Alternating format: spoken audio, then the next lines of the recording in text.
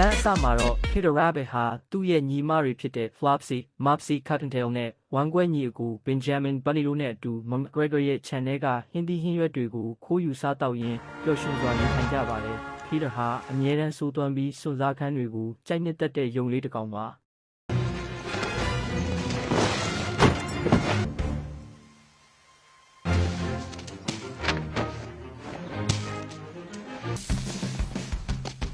တနေ့မှာတော့အသက်ကြီးပြီဖြစ်တဲ့ McGregor ကရုတ်တရက်ကွယ်လွန်သွားပါတယ်။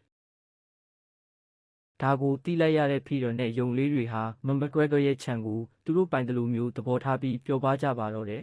။ဒါပေမဲ့သူတို့ရဲ့ပျော်ရွှင်မှုကကြမခံပါဘူး။ McGregor ရဲ့တူတော်ဆက်သူ Thomas McGregor ဟာလန်ဒန်ကနေရောက်လာပြီးအိမ်နဲ့ခြံကိုအမွေဆက်ခံဖို့ဖြစ်လာပါတယ်။ Thomas ဟာတန်ရှင်းတည့်ရက်မှုကိုကြိုက်ပြီးယုံတွေကိုမုန်းတီးသူတစ်ယောက်ပါ။ဒါကြောင့် Peter နဲ့ Thomas တို့ကြားကစစ်ပွဲကစတင်ပါတော့တယ်။ Thomas ဟာယုံတွေကိုခြံထဲကနေမောင်းထုတ်ဖို့နည်းမျိုးစုံနဲ့ကြိုးစားပါတယ်။ Peter ကလည်းသူ့ရဲ့ဆိုးသွမ်းတဲ့အကြံဉာဏ်တွေနဲ့ Thomas ကိုပြန်ပြီးဒုက္ခပေးပါတယ်။ဒီလိုနဲ့သူတို့နှစ်ယောက်ကြားမှာအပြင်းထန်တိုက်ခိုက်မှုတွေလိုက်ဖမ်းမှုတွေဆက်တိုက်ဖြစ်ပေါ်လာပါတယ်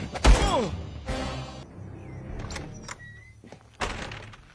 ဒီကြားထဲမှာ Peter နဲ့ Thomas နှစ်ယောက်စလုံးကပကြီးဆရာမပြီးကိုသဘောကျနေကြပါတယ်။ Peter ကတော့တဘာဝကိုချစ်မြတ်နိုးပြီးတိရစ္ဆာန်တွေကိုလည်းချစ်ခင်သူတစ်ယောက်ပါ။သူမဟာ Peter နဲ့ယုံလေးတွေကိုကာကွယ်ပေးတယ်လို့ Thomas ကိုလည်းနားလည်အောင်ကြိုးစားပါတယ်။ဇာတ်လမ်းရဲ့အထွတ်အထိပ်မှာတော့ Peter နဲ့ Thomas တို့ကြားကပဋိပက္ခဟာအမြင့်ဆုံးကိုရောက်ရှိသွားပါတယ်။ Thomas ရဲ့အိမ်ကိုယုံလေးတွေကဖျက်ဆီးပစ်ဖို့ကြိုးစားပြီး Thomas ကလည်းသူတို့ကိုအပြီးတိုင်ဖယ်ရှားဖို့ကြိုးစားပါတယ်။ဒီတိုက်ပွဲတွေကြောင့်Peter ရဲ့အိမ်နဲ့